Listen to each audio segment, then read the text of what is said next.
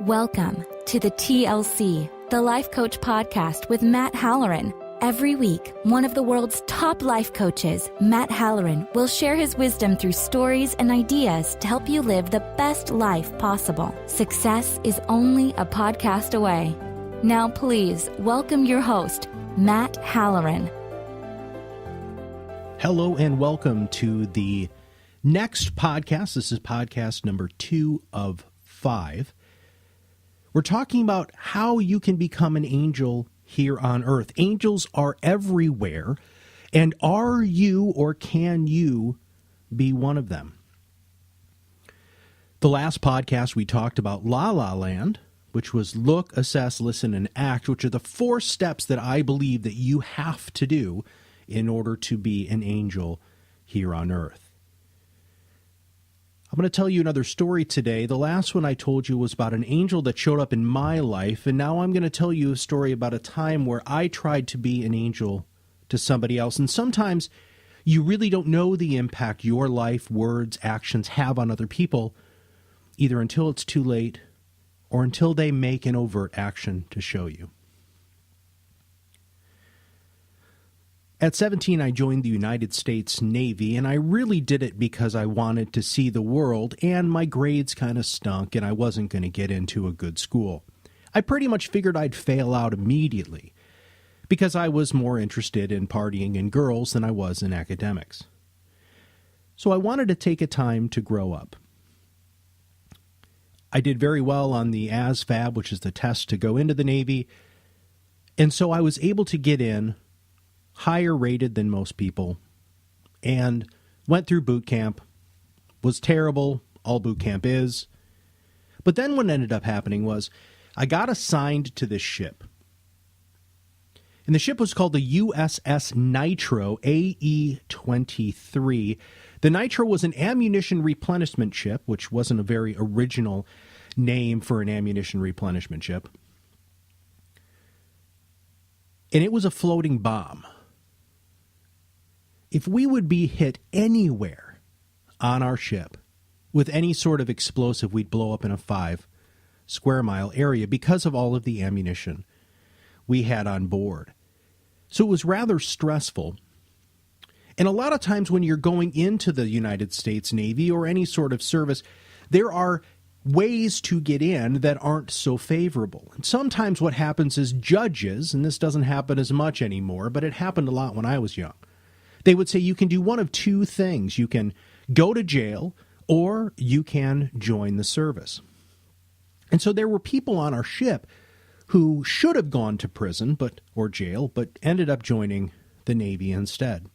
And the story today is about one of those people.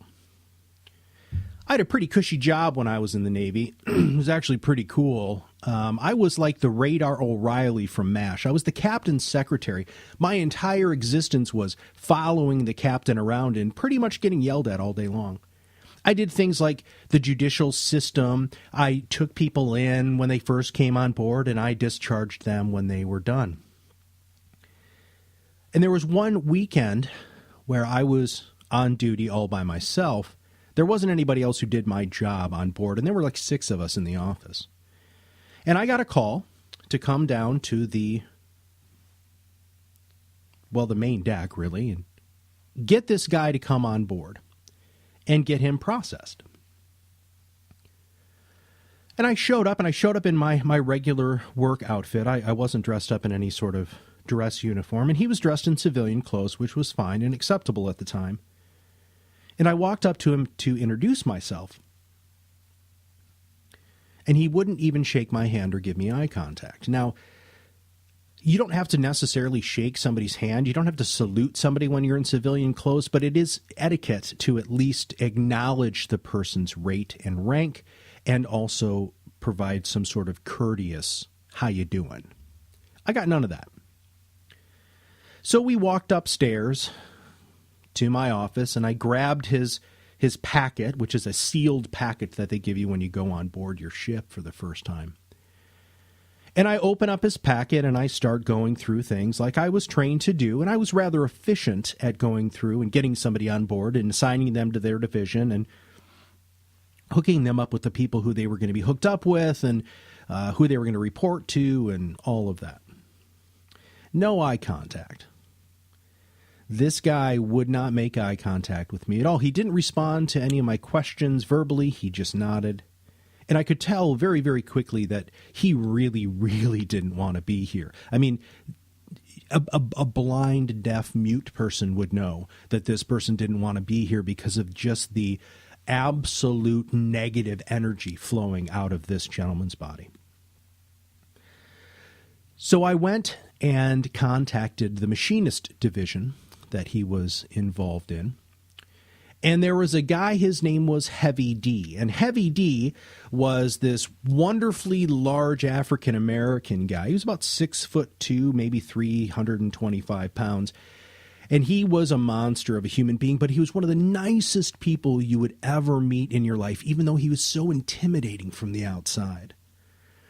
Heavy came upstairs and said, hey, Seaman Johnson, you ready to go? Seaman Johnson didn't say anything, and Heavy D was going to be his direct report.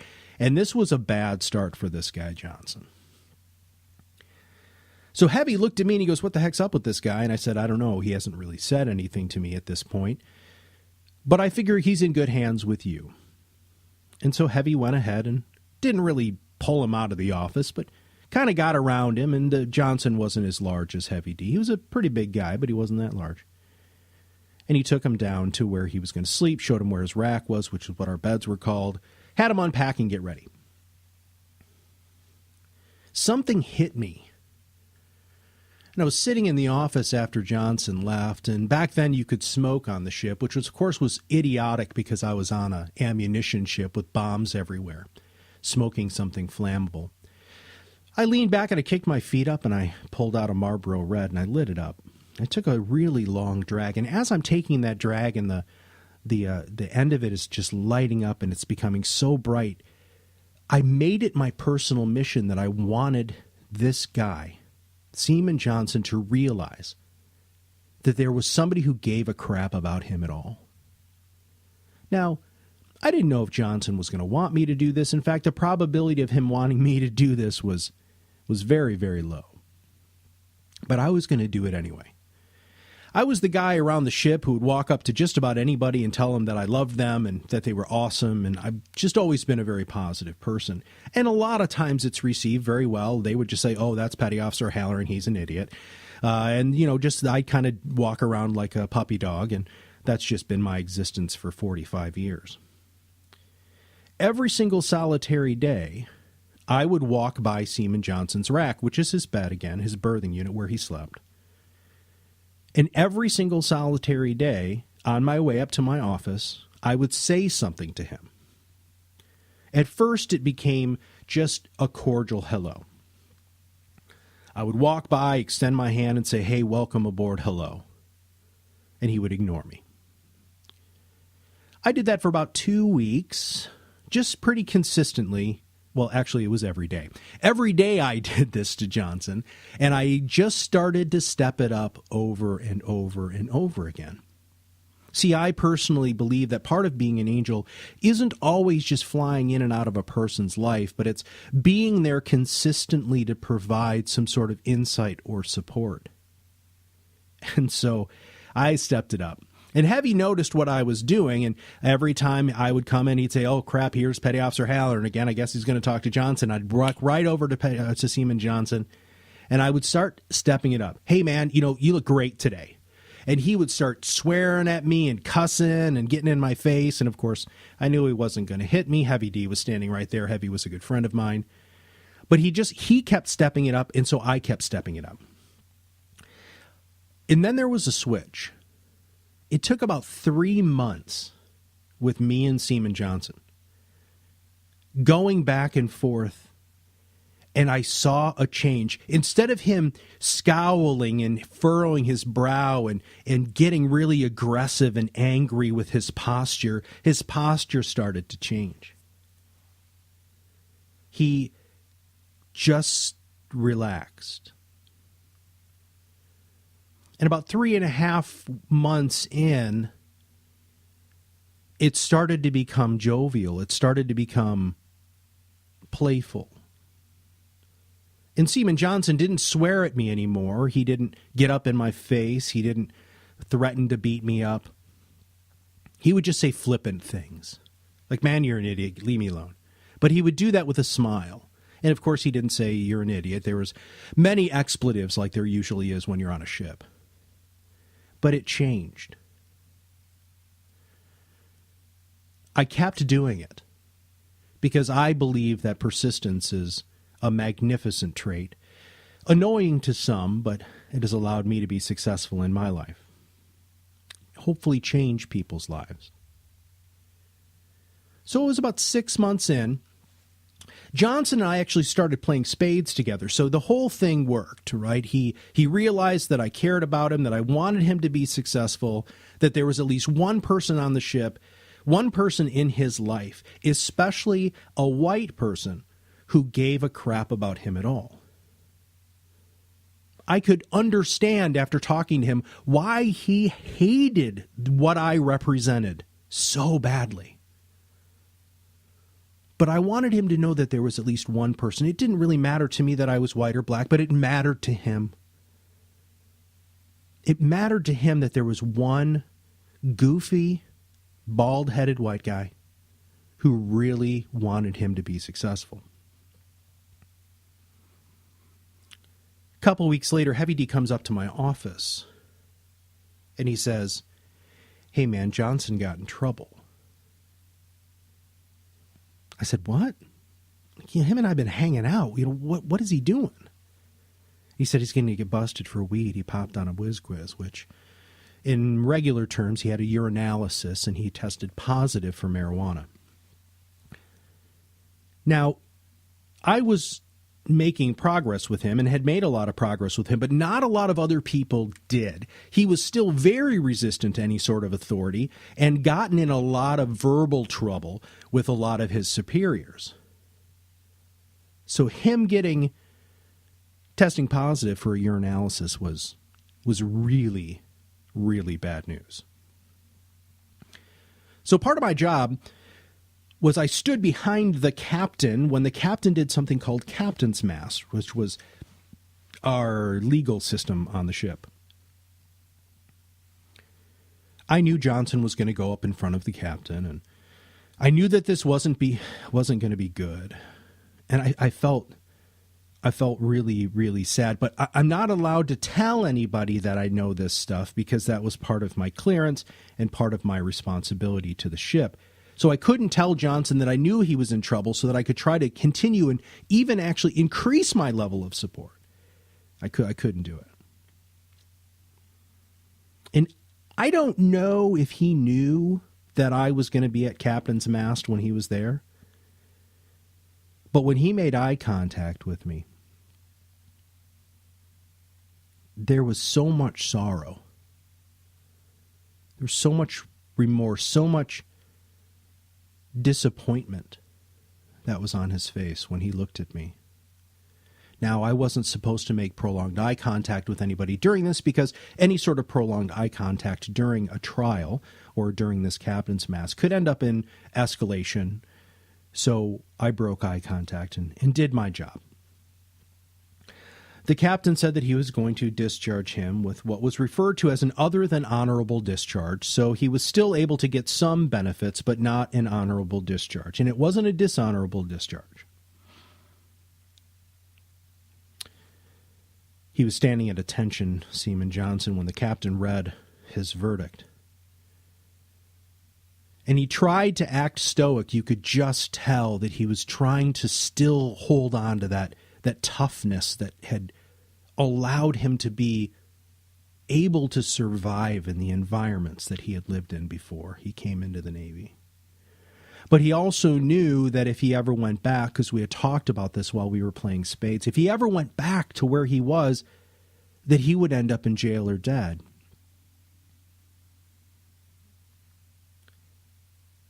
Captain read his verdict and Johnson's head fell. He saluted the captain and turned around and was escorted down to the master at arms, which was our police officer on the ship, where she started doing her paperwork, and I went upstairs, and of course it's the military. It's a government organization, so there's all sorts of paperwork. So I start doing Seaman Johnson's paperwork.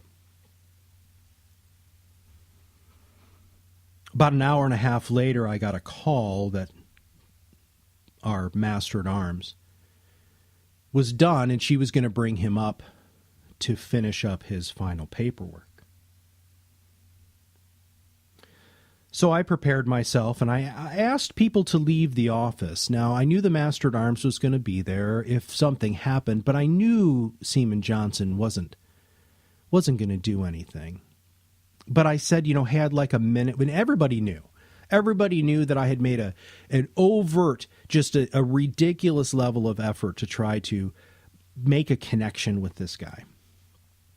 And even though that I was the senior ranking person in the office, they still followed my instructions and my order, and they left. And so when Seaman Johnson came up, he came up into an office just like the one he walked in on the weekend that he came to the ship. Just me and him. Our master at arms looked around, and she said, "Are you okay with him being here alone in the room with you?" And I said, yes, Petty Officer Vaughn, it's entirely fine. So she closed the door behind him. We called them hatches. She closed the hatch behind him. And in fact, I found out later that she stood outside the door and listened because she was concerned that Johnson was going to become volatile. He had been volatile before, mind you, never in front of me, but he had been volatile with other of his shipmates. He had pushed a couple of guys at one point, got in some people's faces, swearing, saying very inappropriate things. But he never did that to me. So what ends up happening is I push the paperwork across the table, and I said, "I need you to sign here and here." And I said, "I'm sorry. I know what you're going back to. And I don't wish that on anybody, especially a friend like you." Seaman Johnson started to cry, and it took every ounce of personal strength for me not just to start crying as hard as he was.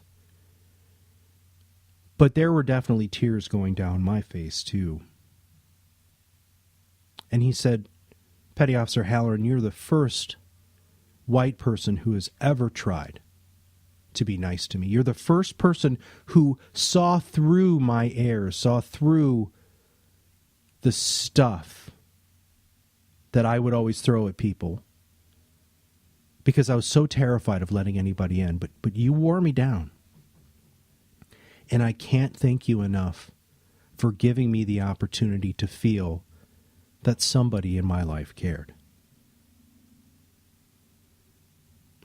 So I stood up and I extended my hand to him after he had signed his paperwork, but that wasn't going to be enough for Seaman Johnson. Seaman Johnson wiped his eyes and his nose off on his shirt. He was wearing a civilian outfit at the time. And I did the same thing on my military uniform, and I extended my hand to him, and he grabbed me.